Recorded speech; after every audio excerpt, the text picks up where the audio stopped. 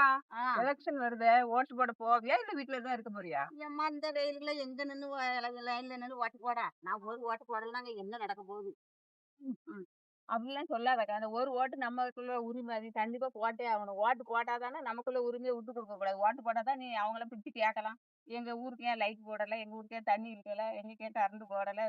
Road போடல? நீ அவங்கள பிடிச்சு கேட்கலாம்ல? அப்படி சொல்லாத. கண்டிப்பா ஓட்டு போட்டே ஆகணும். இது அப்படியாம்மா? நமக்குள்ள சரி. உரிமை. நம்ம போட்டே ஆகணும். நீங்கள் சொன்னது சரிதான் அக்கா. வெயிலில் கஷ்டப்பட்டு வேலை செய்கிற உழைப்பாளிகளான நீங்கள் தான் இந்த நாட்டோட உண்மையான சக்தி. நீங்கள் போடுற ஒவ்வொரு ஓட்டும் உங்கள் உரிமை மட்டும் இல்லை, இந்த நாட்டோட எதிர்காலத்தையே தீர்மானிக்கிற ஒரு பெரிய கடமை. அதனால் வர்ற தேர்தலில் உங்கள் குடும்பத்தோடு போய் ஓட்டு போடுங்க.